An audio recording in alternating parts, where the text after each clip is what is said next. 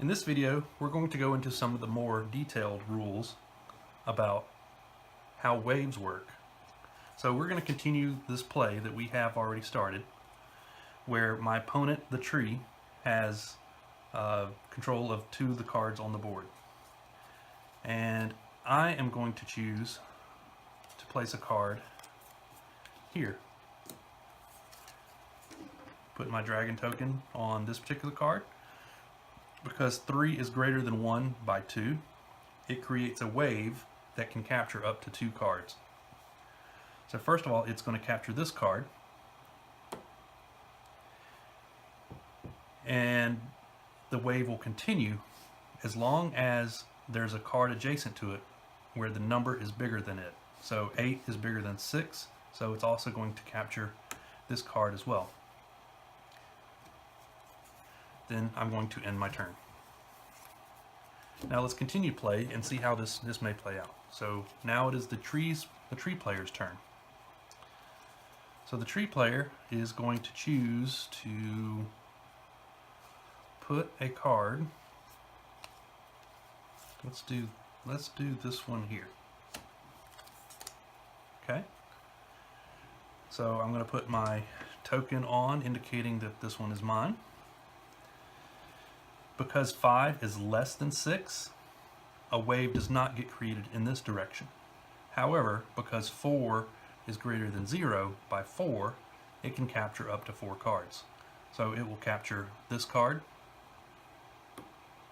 Because 3 is greater than 1, it'll also capture this card. And because 8 is greater than 6, it'll also capture this card. But the only reason it's capturing this one is not because it went this way, it's because it went all the way around through the other cards. Now I'll end my turn by drawing a card. And we'll continue play and demonstrate some additional wave action. So next I'm going to choose to play this card and indicate it with my token.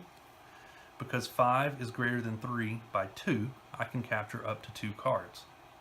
So this is an example of it running out of power and not being able to capture all the cards. So I'm going to capture this one because, again, 5 is greater than 3.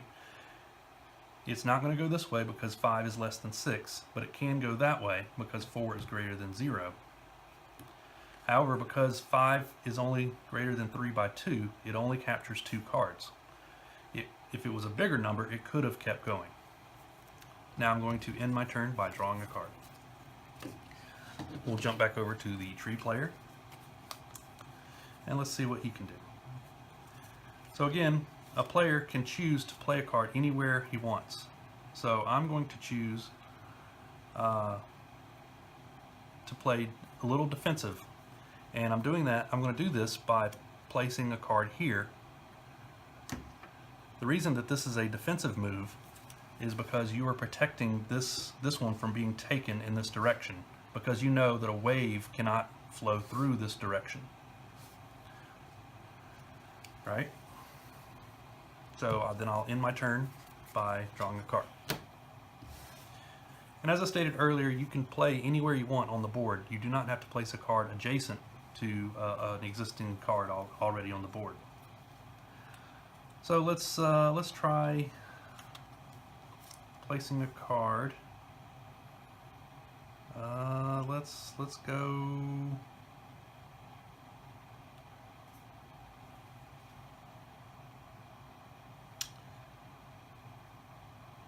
We're going to do this move, which is another defensive move by this player, trying to protect these cards from getting captured. And I drew a card to end my turn. Now it's the next player's turn. He's going to try to take advantage of this 2 that's exposed. So we're going to put a 4 here, indicate it with my my tree. Because 4 is greater than 2 by 2, I can capture up to 2 cards, which it will capture this one, but our defense is held up. Because 3 is less than 4, it does not travel in this direction, and because 2 is less than 6, it does not travel in this direction. Therefore, my strategy of putting that card there as a defensive measure worked. So now I'm going to draw another card to end my turn. Now it is the dragon player's turn. And the dragon player is going to attempt to get his cards back. And we'll do that with this card here. Because 4 is greater than 2 by 2, it's going to capture up to 2 cards. 1. And because 4 is greater than 2, it's also going to capture this one. 2. It could not go this way. 1, because 2 is less than 3, and because I already own this card. A wave cannot travel through cards that area or squares that you already own. So I'm going to draw a card to end my turn. So now it seems like the dragon is doing pretty good. So let's see how the tree can combat this. The tree has some cards here, and he's going to choose to... He can't really do anything with that 9 because the 9 is the highest there. 8, he needs a 9 here to beat that. He needs a 5 or greater to do something here. So that's potential. And we need a 5 or better to do something here. So that's potential. Let's see if we can exploit this one here. Unfortunately, the cards that I have in my hand, the best I can do is this card here. So we'll try this. Put our tree icon here. 5 is greater than 4 by 1, so I get to capture 1 card. However, the wave stops because the power was only 1. I will draw a card to end my turn, and the dragon player will go. So the dragon player thinks he's got pretty good control of the area, so he's going to choose to maybe strike out somewhere else.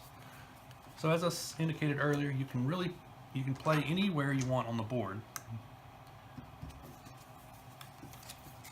Draw a card, end my turn. Now it's the tree player's turn. The tree player thinks that's a great idea. I like that you went over there, but I'm going to capture your stuff, or try to. So yes, we're going to go here. Because 4 is greater than 3 by 1, I get to capture that. Oh, but look what the tree did. He left a 2 exposed.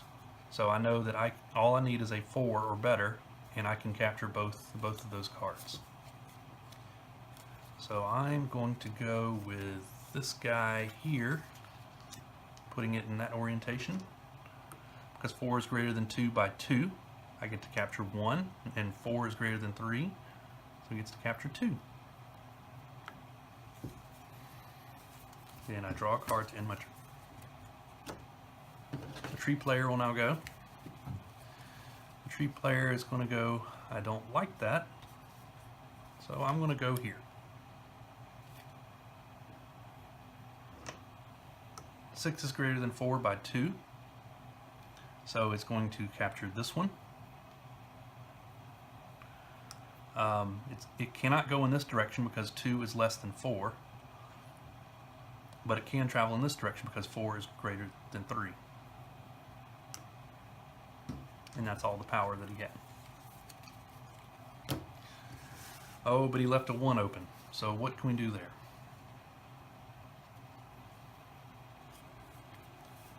Let's do this. Because 8 is greater than 5 by 3, I'm going to capture up to 1, 2, and it continues on 3. And I'll draw a card to finish my turn. We'll continue play. Alright. The tree guy's hand is not very good. But let's see what we can do. I think we're going to try this spot right here. So because 5 is greater than 1 by 4, we can capture up to 4 cards.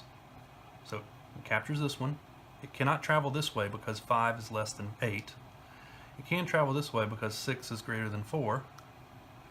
It cannot travel this way because 2 is less than 4, but it can travel this way because 4 is greater than 3. Even though I had a power of 4, I cannot capture any more cards. Draw a card, finish my turn. Now it is the dragon player's turn.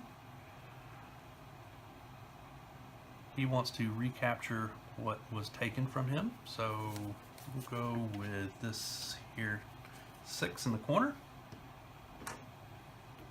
Because 6 is greater than 3 by 3, I get to capture up to 3 cards. 1,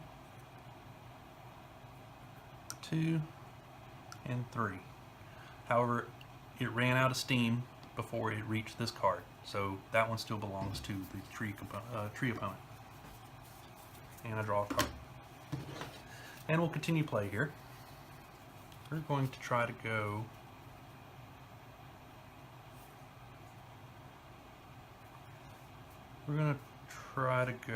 here. I already own that one, so it won't go in that direction, but however 6 is greater than 3 by 3, so it can capture up to 3 cards. 1.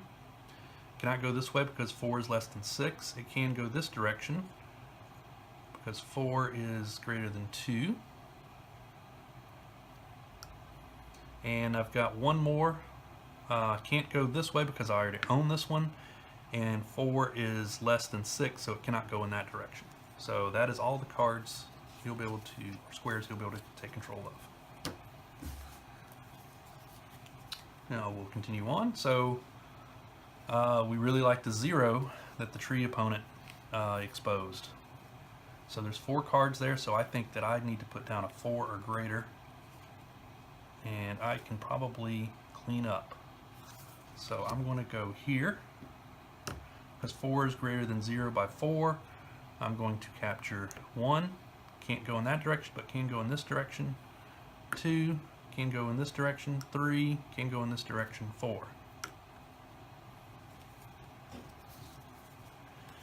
It's very important. You'll learn one of the strategies is that you definitely do not want to expose your lower numbers to the external lines of the game gameplay area, because large sweeps can happen in that fashion. So our tree guy is hurting. Let's see, what can he do? There's a 1 exposed here, so that's a positive thing. Let's see if we got a card that can do something with that. We do have something here, but if I put that down, I'm going to expose a 6. So what I'm going to do, pretending, trying to have a little bit of strategy, is I'm actually going to go here before I go here, hoping that my opponent does not place a card in that area. So I'll play defensively here by putting this here so that a wave cannot travel in that direction, and then draw a card. Now, being that I'm playing both sides, I might play in that area, to block myself, but I'm not going to do that because I want to show why I did that to start with. So let's see, where can I go? So I think that this is a great spot right here for my 7, because I'm going to get to capture this guy here because 7 is greater than 3 by 4. So there's 1, and it's actually going to go in this direction. 2. However, it will not go this direction. That was a good defensive wall that was set up there. And draw a card in my turn. Now, I get to play that strategic play I wanted to play by putting my... So the reason I wanted to go here was so that I would not expose my 0. I went here first so that I could place this card here without it creating a gigantic wave. So 6 is greater than 1 by 5, so I'm going to capture 1. And I get a choice. So it can either go in this direction or it can go in this direction. This is simply the player's choice. And it doesn't matter if one wave is greater than, one number is greater than the other, or anything like that. It is strictly the player's choice on the direction that they want to go. In fact, they could go in both directions at the same time. The only rule is you only get to turn over a number of cards equal to 5. So it can make a difference on which way you go, because you can actually block yourself if you take the wrong path. So I'm actually going to choose to go in both directions, I believe, at first. So that's 2. That wave is going to stop that way. It could continue to go this way, and I think I will. So I had 5, so that's 1, 2. This will be 3. This will be 4. And I can choose to either, so I have one more that I can flip over. So I can choose to either go this one and take this guy, or I can choose to go this way and take this guy. I think I'm going to go this way and take this guy. Reason being, this one is already his, so he cannot create a wave through that card. If I would have taken this one, he could potentially put a big card down right there and created a wave and taken all that back. But because this is an internal, an inner card, where it's already got cards on all squared, all sides of it, this was a better choice to make. These are some of the more advanced strategy things you'll learn as you start to play the game. But these are certainly things that you do not need to know to start playing and having fun with Onami. So now we only got 3 more squares left. So I'm just going to quickly, without thinking too hard about this, play some cards. So my best move here, I'm going to put my 9. I'm going to go for it. Look at that. I got a 9 here. So 9 is greater than 3 by 6. So I get to capture 1. Oh, that worked. The tree guy did. 2, 3, 4, 5. And it can't go this way. So that's it. That's all I can capture. I'm going to draw a card. The tree guy is pretty much in the dumps because he feels defeated at this point. But you never know in Onami. There's a lot of waves that can be created, a lot of back and forth. It's really, one of the other things that you will learn over time is it's good to try to hold in your hand one of those really big, powerful cards for one of those last plays. So my tree guy is going to go here. He will do some damage here. So 6 is greater than. So here's an example of a wave traveling in 2 directions. So it can go in both this direction and this direction. Because 6 is greater than 5, it captures this one. And because 6 is greater than 4, it's going to capture 2 in this direction. So 1, and we'll go here for 2. It won't go this way because 1 is less than 6, and it won't go this way because 2 is less than 4. So then he'll draw a card to end his turn, and now the dragon gets the last go, and looky there, he gets to go here and capture 6 is greater than 5, and 6 is greater than 4 by 2. So I'm going to capture this guy, and it will not go in this direction because 5 is less than 6. So that's it. Game over. Now what you do to determine who won, the fastest way I've learned to do it is for each player just to pick up their dice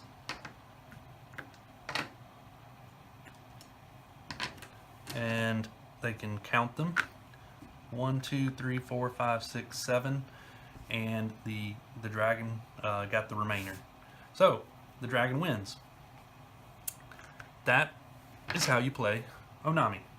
Thank you for watching my video, and I hope you enjoy it, and have a good day.